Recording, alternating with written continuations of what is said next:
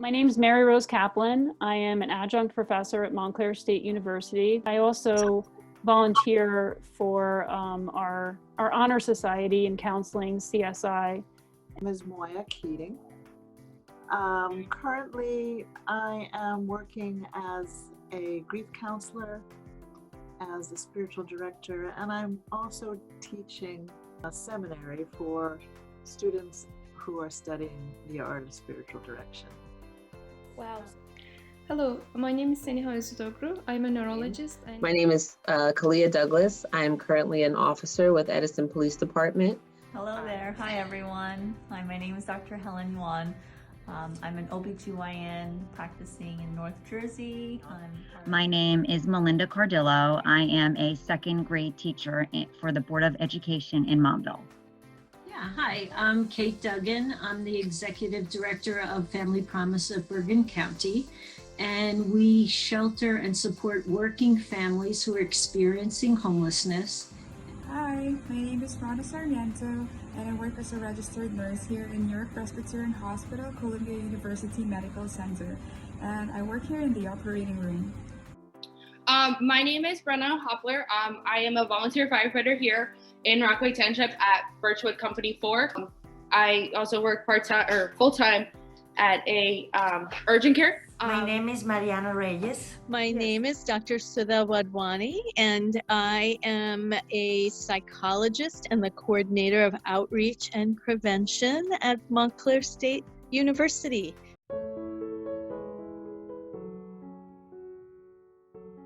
How to continue and support my students moving from in person in the classroom, lectures, and assignments to a completely online environment unexpectedly for everybody, and being able to support students with their needs, both academically, personally, health-wise, family issues, financial issues, and at the same time, being able to be resilient. So balancing those two things and being able to help students with that was challenging, and not being able to be in a room and connect, and also to gauge how people really are doing. The challenge this year of loved ones who weren't able to see their family member because of COVID restrictions is absolutely heartbreaking. The most difficult time of COVID-19, I believe, was the beginning. It was difficult to decide what's the essential patient care and deciding who needs to be seen in person or who we can see on virtual visits. The challenge was, as a single mom and a mother of 7 years old, trying to have my son sit in front of the computer and listen to his teachers. The most challenging within the pandemic, obviously, COVID has hit not only us as human beings, our families, but the nation on a whole. So for me to be a first responder, an officer, do crime scene investigation at that, one, I wasn't able to spend as much time with my family. Mm-hmm. So that was one. And then two, I mean, unfortunately, crime doesn't stop happening. So I still had to go to work. I still had to save lives. And with certain investigations, you do tend to come across more deceased people. So it's not only just for the crime aspect, but because of what COVID is doing to the world. So seeing death upon death after a long day, it kind of takes a mental drain on you after a long day. There are situations where first responders, we don't have the option to, hey, stay back, you have COVID. And we still have to perform CPR. We still have to, go out and save a life. So whether or not somebody has an exposure or is COVID positive, we still go out there and we make sure that you live another day. So I think one of the more challenging parts was when it first started. Everything was very unknown, and I think that one of the challenging things was trying to protect my family, because we work in healthcare and I'm exposed every day. So I think that was one of the hard parts. When we just learned about the pandemic, the administration just told us for the kids to pack up, a couple of things and give them some assignments. And we were really hopeful we would be back. It was a challenge getting everybody to go online and, even learning the platform of Zoom. Like now we're experts at it, but at the time we never used that. So that was a really big challenge. That was staying up all night and learning new platforms and curriculums and things like that. I remember one night I was up until probably 4 o'clock in the morning, trying to just look at different websites that, can become user-friendly for the kids and the parents. Every night of the year, a different congregation or business or social organization or school commits to cooking and preparing meals, which are then brought down where they're served not only to the residents of that shelter, but also to members of the community. Well, when COVID struck, they too moved their residents into 4 local motels. And the question was, how were they going to be fed? And so Family Promise quickly pivoted, and we started packing all the meals into Go containers and actually delivering them room by room to the different people in the hotels. One of the biggest challenges that we face during this pandemic is becoming a first responder, because while we decided to take the risk as our job, it is also our responsibility to take care of our families and our loved ones. So the fear of going home, you don't even know if you have the virus or not, is a big challenge. Wearing all this N95 and PPEs for 12 hours straight was really hard for us, because breathing was really hard. It made us feel so tired wearing all these extra equipments in our body. Mentally challenging is that seeing your patients die without anybody on their side. So the way I overcome this challenge was by thinking, if I'm not gonna work, who else is gonna work? If it happens to your loved ones, all you gotta do is do your best, to take care of them. And at the same time, you have to stay positive, and you have to do something healthy, for your mind and soul, just to keep your sanity during this time. During the pandemic, we weren't allowed to be here. So coming here, we kind of lost that camaraderie and the morale that we had here. During the COVID-19, those has been a hard years for us. So because I got the COVID-19 the last year, for 21 days, I get sick at home, my husband and I. So we had all the symptoms. A year it was and kind of has been. There's so much, there's so much pain in our country, so much pain every morning in the news and the news alerts, on waking up feeling panicky some mornings because of what was going on in our country and all the loss and all the pain. For me, a big challenge with COVID was related to technology. I really am not someone that is confident in that area. And so as a therapist, I've really had to broaden my comfort zone and my competence. And I've had to learn online platforms and social media, and this, for example, Zoom. I do therapy on Zoom. I run my groups on Zoom. And so it often caused a lot of anxiety, a lot of technical difficulties.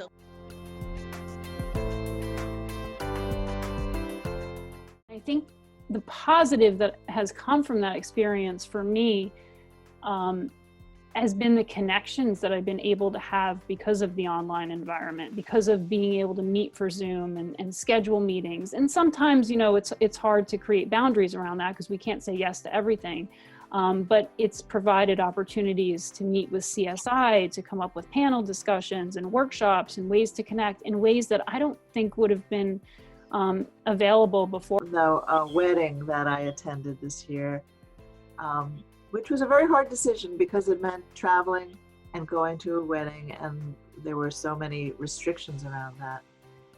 But once I made the decision to do it and took all the precautions necessary, including masks and face shield and being very, very careful, my husband and I were able to be present at my son's wedding. And a very small group of us in an open air ceremony. And that was a very touching moment. Not only because it was my son's wedding, but because of the restrictions, perhaps. You know, a time to remember how the ordinary can be extraordinary. Yeah. You know, there's always good things, you know, even if there's bad. But I think one thing that made me happy recently was, you know, when the first round of vaccines came out from the pandemic, and, you know, gave us all hope, and, you know, things are going to go back to normal soon. I feel as though I'm a people person for the most part, and just going out and speaking with others and community policing, that's something I enjoy doing on a whole. But just, you know, spending time with my godchildren, watching them grow, and spending time with my mother, who I won't be able to see for a while, or my grandmother. So again, I would have to say that made me happy. Human interaction, because you never notice how much you actually miss somebody until you can't see them. And so that was kind of taken away from a lot of us if you don't live in the same household with somebody. So human interaction. I am so happy that we are called heroes, and people are like appreciating more of our value in the society, and announcements like on the streets and parades for us. This made us like to keep going, like on what we are doing right now. I know that this entire support gave me like goosebumps. So this is something I will remember, that I'm part of the COVID-19 pandemic heroes. Still during this time, we had a woman who got her commercial driver's license, and she took classes. She had to learn English just to do the classes and then to take the test. Her friend who was going to loan her his truck to practice on passed away from COVID. And this woman just kept getting knocked down, and she kept getting back up and going. And on Christmas Eve, she took her test and she passed.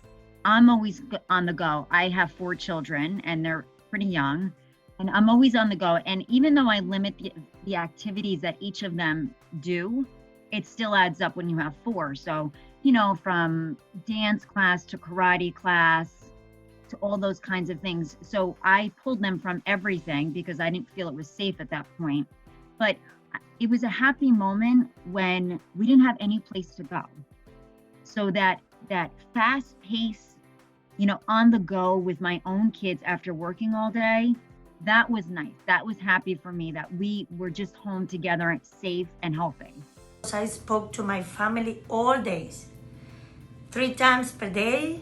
They support me and my husband. All my co-workers was calling me, send me message that I need to be strong, I'm gonna be fine. Was just taking in everything that I had. I cherished every single thing that was in my life. My family, this family, my job. I was happy I had a job at that point. And just taking all that in, that's what made me happy. It was very simplistic, very easy. I got a puppy right before COVID, but she ended up being our COVID support animal. And it's amazing. It's amazing. I have a newfound appreciation for pet therapy and support animals, and she's just unconditionally sweet and loving. She's a lot of work, a lot of energy, but it's amazing how everyone in the family thinks that they're her favorite, and it's really been a very sweet part of the year.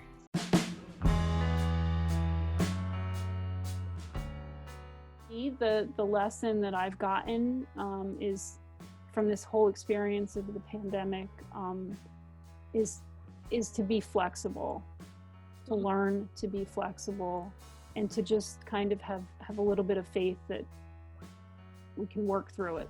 There's a way to work through it.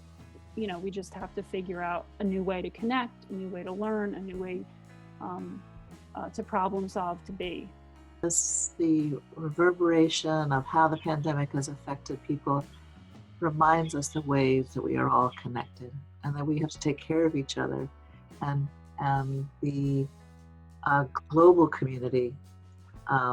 And that I think the pandemic has taught us that. I think this is going to be one of those moments, you know, when I was a young girl, we saw for the first time the picture of the Earth from space, and it became an iconic picture, and we all realized we lived on the same planet together, this blue marble in the sky. And I think when we look back on this experience, it's going to be like that. It's going to be a moment where we realize that we are a global community, we are a human family, we're all connected, and we're all affected by something like this, and we all have responsibility and to be aware of that in a very real way. Take care of yourself. You know, it's hard to be a woman, and, you know, make sure you take care of yourself. Find time to take care of yourself. I think that anybody watching this video will agree that this is a time of really coming together. And I applaud all of your efforts, big and small, to help each other and keep our communities and the people in them safe. And I'm in awe by everyone's generosity and kindness. You have to really take time for yourself. You have to protect your mental and your emotional sanity. And I would like to encourage everyone to support each other in all aspects of life when it comes to conquering our fears, our anxieties, our frustrations, and our stress. I know that this 2020 just passed by just like that. So we always have to give each other like words of hope, and we should always pull each other up, and we should just always spread words of encouragement.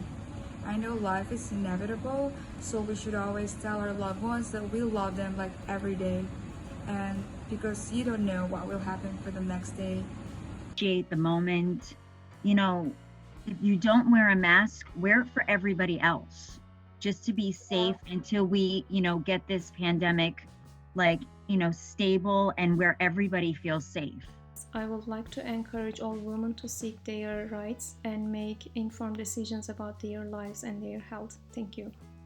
Now that it's 2021, just keep going. I mean, it's just the start of it. I mean, we made it through 2020. We can keep going. Keep your social distancing, wear your mask all the time, wash your hands, eat well. COVID virus is lethal, you know, and it's killing much more people than the other viruses. Please stay safe, stay at home if you don't need to go outside. In terms of the past year and COVID, I really recommend considering it a time of pause where we really have been able to reflect and think about what's important to us. Perhaps it's given us some perspective, perhaps of what we've taken for granted or what's important, who's important in our lives, you know, to allow room for both, you know, that it was a year of challenges, of losses, of racial trauma, of so many disappointments, but also perhaps a time where we've been able to reflect and pause and look within. Now, as we start this new year, a new season very shortly, you know, to really mindfully and intentionally think about how we've grown in this past year and how we want it to add to our lives.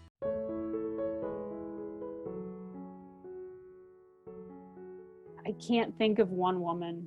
I would probably be up at night worried about that. My advisor, who I mentioned earlier, Dr. Baden, for sure is a woman that has helped me Many women, including yourself, that are students of mine, who I think motivate me. And I also have several doctoral colleagues of mine who are in a similar place with me that have offered support.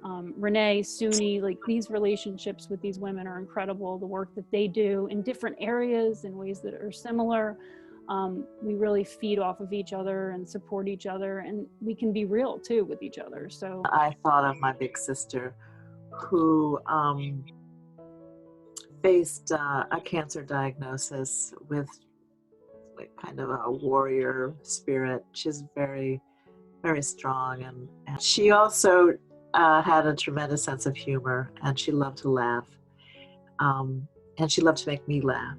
So that's how we got through it together. We would laugh together and cry together. So yeah, this year that with so many challenges, I remember the wisdom she gave me about remembering to laugh, about remembering to look up and to see the sky, and remember the joyful parts of this life. I would thank all of the women that do what I do, being a volunteer, being in the first responder aspect. They are my heroes. They they show that anything is possible. But let's be real. I got to thank my mom. She's the lady that grew me up to who I am. So she's the main hero in this story. So our founder, the founder of Family Promise, Nancy Woods, passed away this year, not from COVID. She was 92 years old. She was the one who was the impetus behind starting our first family shelter. She taught us how to treat all people with dignity and respect. And she was just a wonderful woman, and our organization certainly would not be where it is today had it not been for Nancy Woods. Tomorrow is my grandmother's birthday, my Nani, my maternal grandmother, who passed 12 years ago. My Nani was an incredibly resilient woman. She'd been through so much in her life, and was just so strong. She would lecture me about wanting me to appreciate what I had rather than what I didn't have, what other people did versus what they didn't do. And I think these are messages that really got her through life, and I just miss her dearly, and she really shapes my work and who I am as a person. A good friend that I haven't seen as the pandemic started. She is a nurse in Hackensack, and her name is Katie Abazi, and she's an amazing person, but she's also an amazing nurse, and her husband is a doctor there, so I know they've been through a lot. So I would like to thank them. My mom. He doesn't live here. Her name is Alina Arencibia. He lives in Cuba. He's my hero. He's my support. He's everything for me. That woman hero would be my mom, because I know that I'm not going to be here without her. And I know that she worked so hard, like on the other side of the planet, for us to get a life that I know that she never had when she was a kid. And I know that this is how she showed us like her love in her most selfless way. So I salute all the moms in the entire planet, from like being a single mom, from being a working mom, or those who are stay-at-home moms. You guys are all amazing. I think my woman hero is going to be my mom.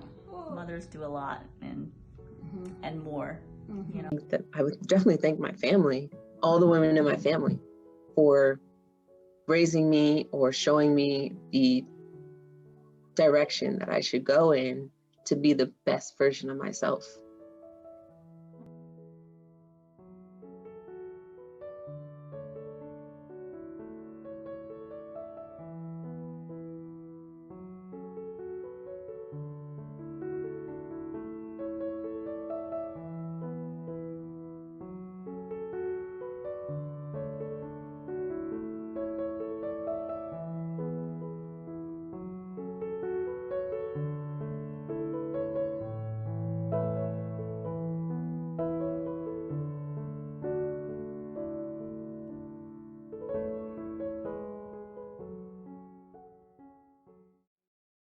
there's so many stereotypes of you know, kids growing up and learning, like you said, that there's always a man police officer or man firefighter. You know, there's no cartoon saying that it's a female. There's no long-haired firefighter or police officer, you know.